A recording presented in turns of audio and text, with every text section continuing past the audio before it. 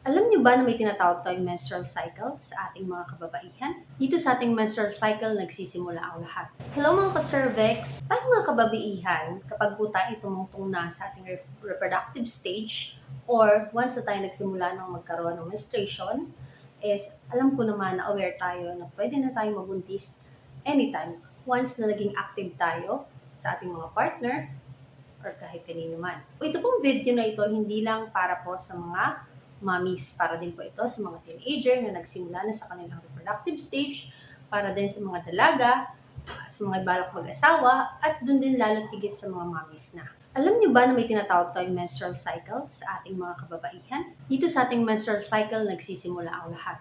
Ang cycle natin kung kailan tayo pwedeng mabuntis, kailan tayo magre-regla, regular ba o regular ating mens, at kung kailan yung safe na time para tayo ay makipagtalik or makipag-loving-loving para hindi tayo mabuntis. Ang pag-uusapan natin ngayon is kung ano nga ba yung normal na menstrual cycle ng isang babae at kailan natin masasabi na irregular na pala ang ating menstrual cycle. Kasi malimit ko rin nababanggit sa ating mga videos itong irregular menstruation or irregular menstrual cycle. Ang average menstrual cycle ng isang kababaihan is pumapasok ng 28 to 30 days cycle.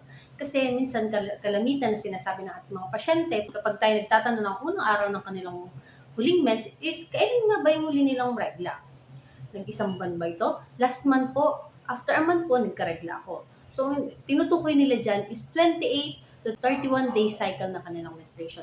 Kalimitan o karaniwang menstrual cycle na nagkakaroon ng isang babae is 28 to 30 days cycle or isang buwan. Pero considered normal cycle pa rin or normal menstrual cycle pa rin kapag pumasok po doon sa range na 25 days to 35 days menstrual cycle.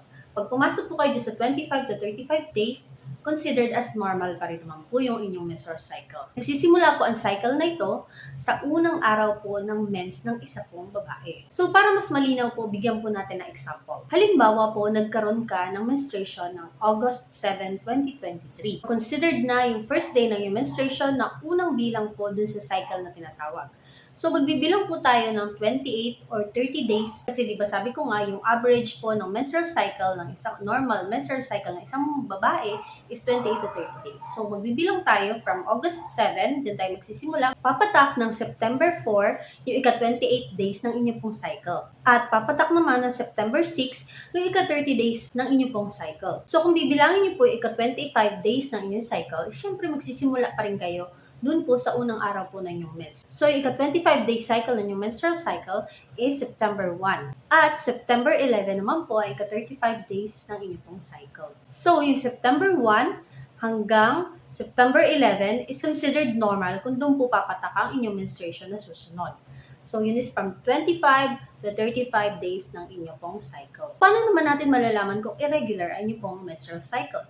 So, dahil nga, di ba, 25 to 35 days yung normal, so considered as irregular kapag bumaba po kayo sa 25. Ano ba, 24 day cycle lang kayo o 23 day cycle. So, considered na irregular po ang inyong menstrual cycle. At tapos kapag lumampas naman po siya ng 35, which is 36, 37 pataas, lumampas po ng ganyan yung menstrual cycle ninyo is considered po as irregular yon.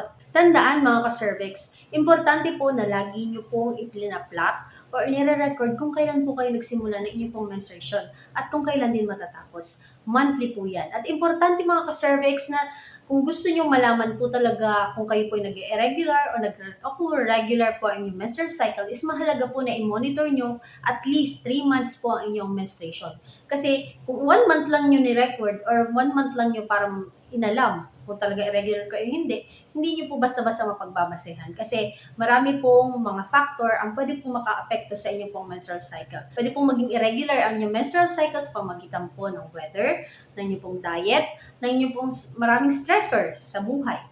So, dyan po yung mga, at marami pang iba na pwede maka-apekto po sa inyong menstrual cycle. At isa pang tatandaan mga ka-cervix, kung kayo po ay nakakaranas ng irregular menstruation or irregular menstrual cycle, mas mahalaga po, o importante po na magpunta po kayo sa inyong pong mga OB-GYN. Kailangan po magpa-check up kayo para po maitama yung pong mga irregularity ng inyong menstrual cycle. Kasi importante po na regular po lagi ang ating menstrual cycle. Kasi kapag irregular at nagkaroon po ng hormonal imbalance, marami pong pwedeng mga problema ang pwedeng mangyari at pwedeng ma-develop. dahil po sa inyo pong kapabayaan or dahil hindi niyo pinapansin ang inyong pong menstrual cycle. Mahalaga po na maging aware tayo sa lahat ng pagbabago na nararanasan po natin sa ating pangangatawan o sa ating pong mga kalusugan. So, kung gusto niyo po na kayo po ay mabuntis ng mabilis, dapat po is nandun kayo sa regular menstruation or regular menstrual cycle para po mas maganda po at mas mabilis po na makabuo kayo kung kayo po ay nagbabalak talaga na magkaroon or magbuntis sa mga darating na mga panahon. Yun lang po mga ka-cervix. Sana po kayo may natutunan. Bye-bye!